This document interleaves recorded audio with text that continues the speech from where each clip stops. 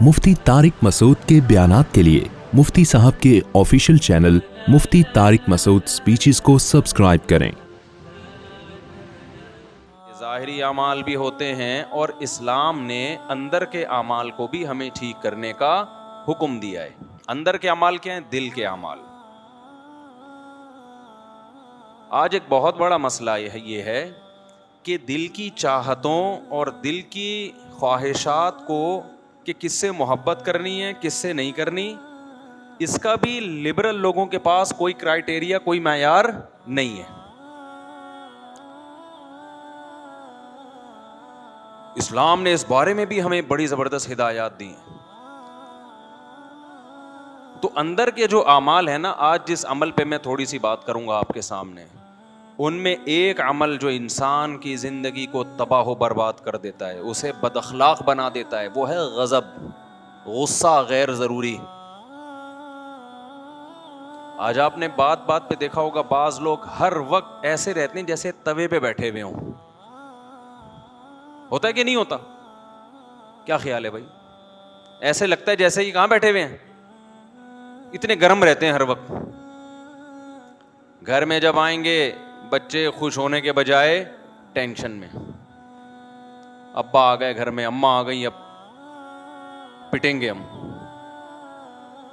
لب و لہجہ ایسا ہے کہ ہر وقت ڈانٹ ڈپٹ، گالم گلوچ، ذرا ذرا سی بات پہ ہائپر ہو جانا، ایک دم بھڑک جانا۔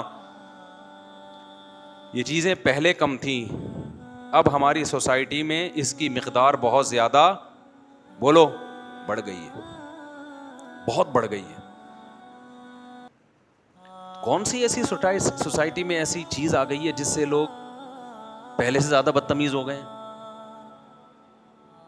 ہیں بھائی؟ حالانکہ میڈیکل سائنس نے بڑی ترقی کر لی، آسائشیں پہلے سے زیادہ ہیں۔ ہمارے باپ دادا کے دور میں تو یہ پنکھے نہیں ہوتے تھے، اب اے سی کے بغیر نہیں رہ سکتے لوگ۔ تو آرائشیں بھی بڑھ رہی ہیں، آسائشیں بھی بڑھ رہی ہیں، کھانے پینے کا اسٹینڈرڈ بھی لوگوں کا، معیار زندگی بھی بڑھ رہی ہے۔ سواریاں اچھی، پہلے بسوں میں لٹک لٹک کے جایا کرتے تھے، کھڑکی سے چڑھنے کی بھی جگہ نہیں ہوتی تھی۔ اسکولوں میں ایئر کنڈیشن لگے ہوئے ہیں آج کل، ہمارے دور میں تو اسکولوں میں بیٹھنے کی جگہ مل جائے تو بڑی بات تھی۔ تو کیسا معیار زندگی بلند ہوتا جا رہا ہے انسان کا، مگر اس کی طبیعت میں غصہ کم ہونے کے بجائے بڑھ رہا ہے، برداشت ختم ہو رہی ہے۔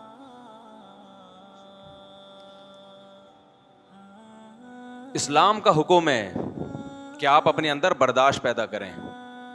اگر یہ اسلام کا حکم نہ ہوتا، صرف میڈیکل سائنس کی بات ہوتی، تو میں اس کو جمعے کے ٹاپک میں نہ چھیڑتا۔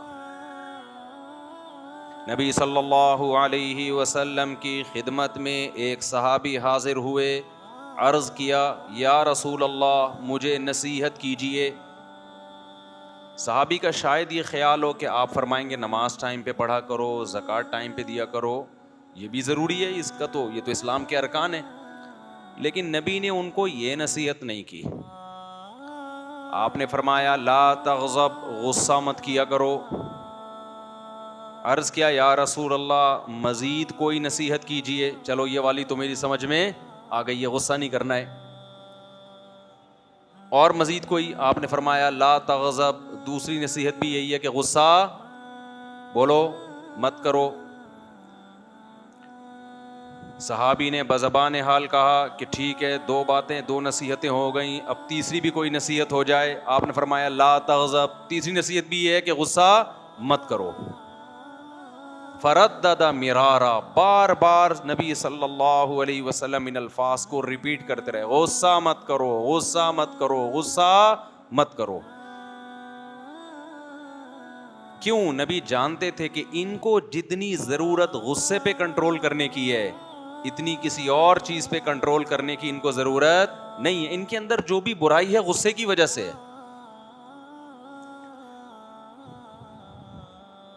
قرآن میں اللہ تعالیٰ نے جو اہل جنت کی صفات بیان کی ہیں کہ جن لوگوں کو دنیا میں دیکھنا ہو کہ جنتی کیسے ہوتے ہیں تو ان کی کچھ کوالٹیز ہوتی ہیں, ان کوالٹیز کو دیکھ کے اندازہ لگا لیا کرو کہ یہ کہاں جائے گا, جنت میں جائے گا یا جہنم میں جائے گا. ہمیں پہلے سے کسی کا پتہ ہے کہ کون جنت میں جائے گا کون جہنم میں جائے گا؟ بتاؤ بھائی, پتہ ہے پہلے سے؟ نہیں پتہ نا. لیکن کچھ علامتیں ہوتی ہیں. آپ سعودی عرب میں جاؤ, ہمیں نہیں پتہ ہوتا اس میں ملکی کون ہے غیر ملکی کون ہے, لیکن جس نے لال یوں ڈالا ہوا ہے, بڑا سا جبہ ہے اور رسہ ایسے کر کے ڈالا ہوا ہے, تو غالب یہ ہے کہ یہ یہاں کا مقامی سعودی ہے. اور جو بیچارہ شلوار قمیض میں گھوم رہا ہے, ٹیڑھی میڑھی سی ٹوپی ہے اس کی, ایسے لگ رہا ہے کہ جیسے قرضہ مانگنے آیا ہوا ہے, تو سمجھ جاؤ کہ یہ کیا ہے. زیادہ تر 100% نہیں, یہ انڈین یا پاکستانی ہے. حالانکہ یقین نہیں ہوتا, عین ممکن ہے کہ سعودی نے شلوار قمیض شو کے لیے پہن کے دیکھا ہو کہ کیا لگ رہا ہے, لیکن علامتوں سے اندازہ ہو جاتا ہے. اندازے کے لیے علامتیں ہوتی ہیں. اکثر مالدار لوگوں کی ڈریسنگ سے پتہ چل جاتا ہے کہ یہ پیسے والے ہیں, حالانکہ ہم نے ان کی جیبوں کو ٹٹول کے نہیں دیکھا ہوتا. غریب آدمی کی ڈریسنگ سے پتہ چل جاتا ہے کہ اس کی جیب میں پیسے کے علاوہ سب کچھ ہے, حالانکہ ہم نے جیبوں کو ٹٹول کے نہیں دیکھا ہوتا. آپ نے سنا ہوگا نا بھائی تو شکل سے غریب لگتا ہے, سنا ہوگا نا یہ لفظ. تو علامتیں ہیں نا, علامتیں, ان سے بہت چیزوں کا انسان کو آئیڈیا ہو جاتا ہے. تو اللہ میاں نے جنت میں کون جائے گا اور کون جہنم میں جائے گا یقینی طور پر تو صرف ہمیں پیغمبروں کے بارے میں بتایا کہ پیغمبر سارے جنت میں جائیں گے, اور صحابہ کے بارے میں بتایا کہ جنت میں جائیں گے. باقیوں کے بارے میں مجھے اور آپ کو نہیں پتا کہ کون جنت میں جائے گا اور کون جہنم میں. نہ آپ مجھے دیکھ کے یقین سے کہہ سکتے ہو, نہ میں آپ کو دیکھ کے. لیکن اللہ نے کچھ علامتیں بتا دی ہیں بھائی, کہ یہ والی علامتیں جن لوگوں میں پائی جائیں تو غالب یہ کہ یہ کہاں کے لیے بنے ہیں, جنت کے لیے بنے. اور یہ والی علامتیں جن لوگوں میں پائی جائیں تو یقینی طور پہ تو نہیں کہہ سکتے, لیکن غالب یہ ہے کہ یہ کہاں جائے گا, جہنم میں. کیوں جہنم میں یہی اسی ڈیزائن کے لوگ جاتے ہیں. سمجھتے ہو اب وہ ڈیزائننگ کیا ہے؟ بہت ساری چیزیں ہیں. اللہ میاں نے سب سے پہلے نماز کا ذکر کیا کہ جس کو 5 ٹائم مسجدوں میں حاضری دیتے ہوئے دیکھو, تو غالب کیا ہے کہ یہ کس کے لیے بنا ہے, جنت کے لیے بنا ہے. سب سے زیادہ تو اس میں نماز کو فوکس کیا گیا ہے. یہ ظاہری اعمال ہے, ظاہری. لہذا جو مسجدوں میں حاضری نہیں دیتا, نماز نہیں پڑھتا, تو ظاہری جو علامت ہے نا, اس سے کچھ باطنی علامت ہے, کچھ ظاہری ہیں. میں ظاہری علامت کی بات کر رہا ہوں. تو جو نماز ہی نہیں پڑھتا تو غالب کیا ہے کہ یہ کس کے لیے بنا ہے, جنت کے لیے جہنم کے لیے. غالب ہی ہے, یقینی فتویٰ نہیں دے سکتے ہم. علامتیں کون سی ہیں؟ جہنم والی علامتیں.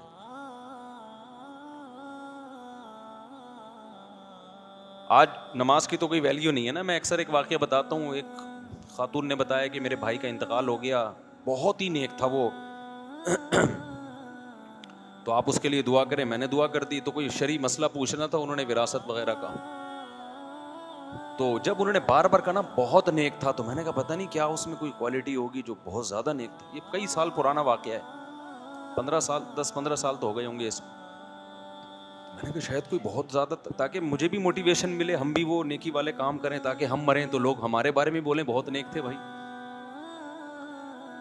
تو میں نے پوچھا کیا نیکی تھی؟ نماز پڑھتے تھے؟ انہوں نے کہا نماز نہیں پڑھتے تھے. پھر تو واقعی بہت نیک تھا وہ. میرا خیال تھا شاید تہجد نہیں پڑھتا ہوگا, اشراق نہیں, فرض نماز پڑھتے کہ فرض نماز نہیں پڑھتے تھے. وہ زیادہ نیک نہیں ہو گیا. مجھے ایسا لگا کہ کچھ زیادہ نیک نہیں ہو گیا. تو بھائی یہ کون سا معیار ہے یار؟ جو فرض نماز نہیں پڑھ رہا وہ نیک بھی نہیں ہے, بلکہ کیا ہے, بہت نیک ہے. آج کل نیک اس کو سمجھتے ہیں لوگوں سے مسکرا کے بات کر لے, کسی سے اس کا جھگڑا نہ ہو, سب کی آنکھوں کا وہ تارا ہو, اور بس اس چیز کو لوگ سمجھتے ہیں بہت اچھا ہے.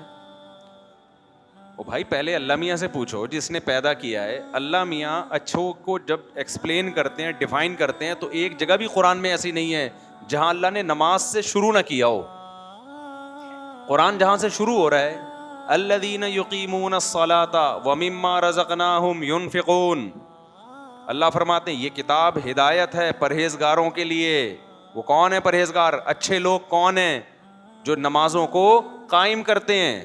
پھر اگلے درجے میں صدقات و خیرات کرتے ہیں. کنجوس آدمی اللہ کی نظر میں اچھا بولو نہیں. بے نمازی اچھا نہیں ہے, کنجوس اچھا نہیں ہے. میری اور آپ کی نظر میں اچھا ہو سکتا ہے کہ یار بہت اچھے طریقے سے ملتا ہے, جب پیسے مانگو دے دیتا ہے ہمیں. اللہ میاں نے سب سے پہلے کس چیز کو رکھا ہے؟ نماز کو. یہ ظاہری اعمال میں, باطنی کی میں بات کر رہا ہوں, لہذا آج میں باطنی کو زیادہ فوکس کروں گا. تو جہاں اللہ نے اچھے لوگوں کی علامتیں بیان کی, جنتی لوگوں کی علامتیں بیان کی, ان میں ایک بہت بڑی علامت والکاظمین الغیظ, یہ غصے کے گھونٹ کو پینے والے ہیں. غصے کے کڑوے گھونٹ کو بولو پی جاتے. لہذا آپ کو اگر کوئی ایسا بندہ نظر آئے جو بات بات پہ ہائپر ہو جاتا ہے, ایک دم رگیں پھول جاتی ہیں, دماغ ایسے جیسے ابھی چیر پھاڑ کے برابر کر دے گا, تو ہم یقینی طور پہ کسی پہ فتویٰ نہیں لگاتے کہ جہنم میں جائے گا. لیکن لگتا کیا ہے, کہاں کے لیے بنا ہے یہ؟ جو اس کے اندر آگ ہے نا اتنی بھڑکنے کی, تو یہ آگ ہی کے زیادہ مناسب. جنت میں ماحول خراب کرنے کے لیے اللہ ایسے لوگوں کو بولو نا نہیں لے کر آئیں گے. ماحول خراب کرے گا نا وہاں جا کے بھی.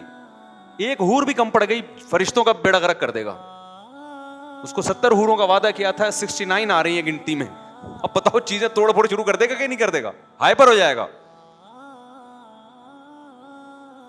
تو ہائپر لوگوں کے لیے, ایک دم کھوپڑی گھومنے والوں کے لیے اللہ نے جنت کو, جملہ تو مکمل, میری کھوپڑی نہ گھوم جائے کہیں. مجھے ڈر یہ لگ رہا ہے میں اخلاق پہ بیان کر رہا ہوں اور مجھے نہ غصہ آ جائے. جب بھی میں ادھورا جملہ چھوڑوں فوراً کمپلیٹ کرو اس کو. تو جو بات بات پہ جن کی اچانک کھوپڑی گھوم جاتی ہے, ایک دم ہائپر ہو جاتے ہیں, ایک دم رگیں بھول جاتی ہیں, ہمیں قرآن سے پتہ چلتا ہے ان میں جنتیوں کی علامتیں نہیں ہیں. یہ جنت میں گئے تو جنت کا ماحول کیا کریں گے؟ خراب کریں گے.